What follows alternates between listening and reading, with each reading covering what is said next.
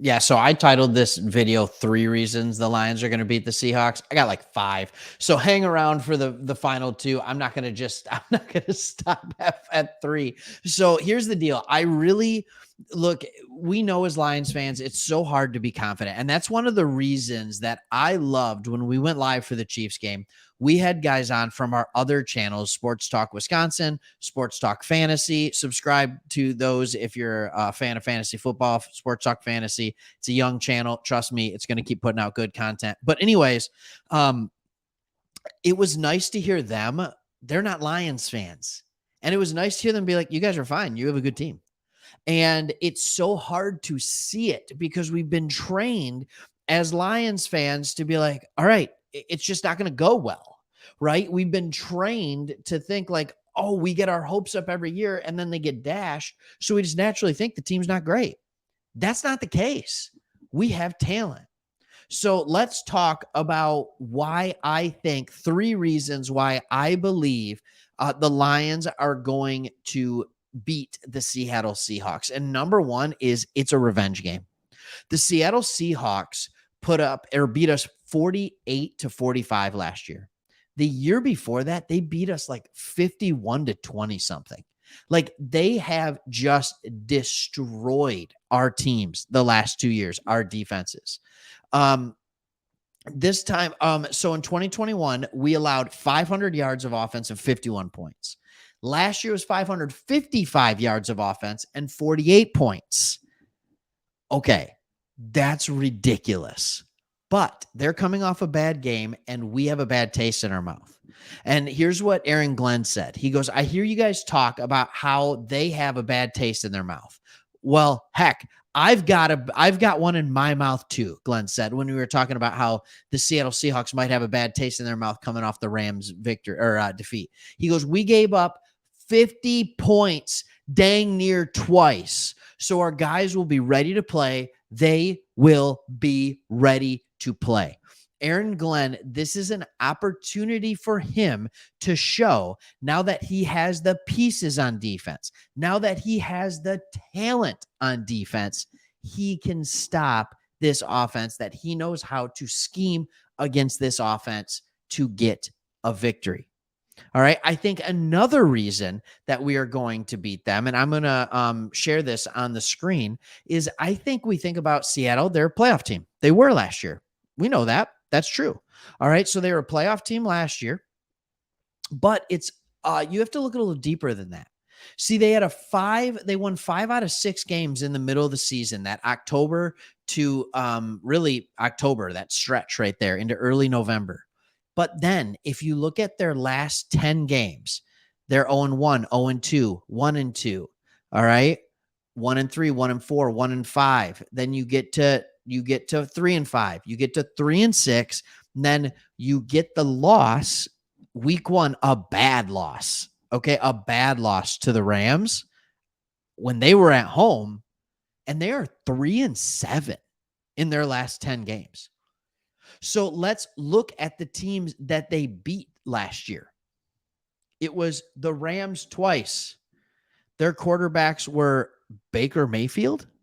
I don't even know who the Rams quarterback was for this game on December 4th. I don't know if Baker was there yet. So they beat Baker Mayfield twice, and they beat Zach Wilson.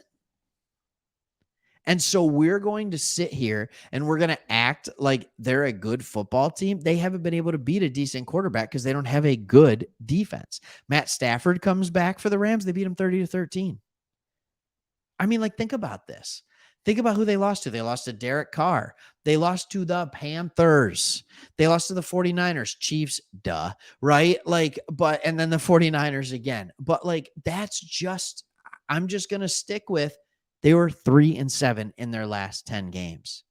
Reason number 3, and you can say what you want about this, home field advantage. Ford Field, are you telling me that coming off a victory against the Kansas City Chiefs, defending Super Bowl champs, that Ford Field is not going to be possibly the loudest it's ever been? I went to a game against the Jacksonville Jaguars when we destroyed them last year. That place was out of control loud. All right. when you're coming off a victory, when you have an opportunity to go 2-0 for the first time in I have no idea how long, right? When you have an opportunity to win your first 2 games, go 2-0 to beat the defending Super Bowl champs and then a playoff team in back-to-back weeks, that place is going to be insane. And you can't tell me that that will not affect, you can't tell me that that won't affect this team. Their confidence is rattled. Their confidence is rattled. Okay. So let's go into another reason. Reason number 4. Maybe I'll give 6 reasons here. Reason number 4. In the first half last week, Kenneth Walker went off. Okay. And he was very comfortable. But in the second half, they shut down the run and then they shut down the Seahawks. So we know the blueprint is shut down the run. I want to show you, okay, I want to show you last year's numbers. Not only did they throw the ball with ease, 23 of 30 for 320 yards for Geno. I just remember just like, are you kidding me? But Rashad Penny, Kenneth Walker, and whoever else ran it, Geno Smith was running the ball on us like crazy, right? 33 carries for 235 yards. And we still almost won the game. Look over here at the Lions receivers.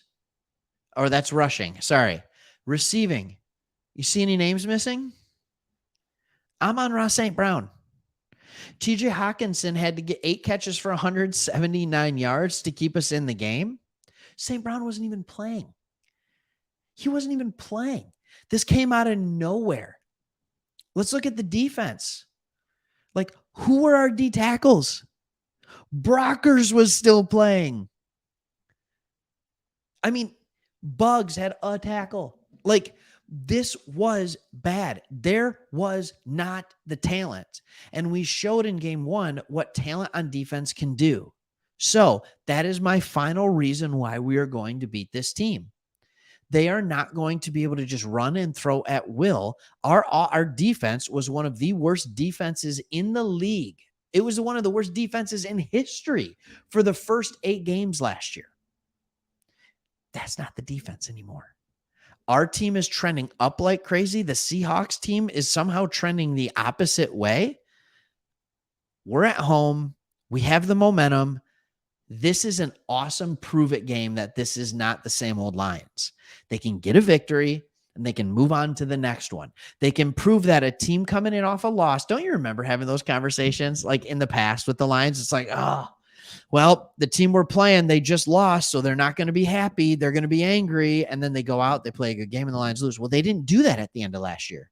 So often they were playing other good teams, coming off a loss, not coming off a loss. It didn't matter. They would put to get back to back solid weeks.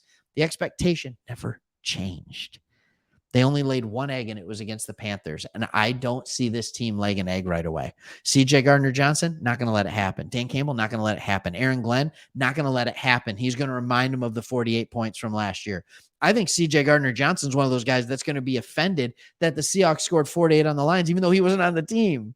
Like, that's the kind of players we have now. So let me know what you think. Are you confident in the Lions? Are you as confident as I am? Because I wasn't necessarily uber confident. And then I started looking at all this. This has all the makings of a game we should and need to win. All right. Let me know what you think. And hey, we'll see you on the next one. Go Lions. Let's go.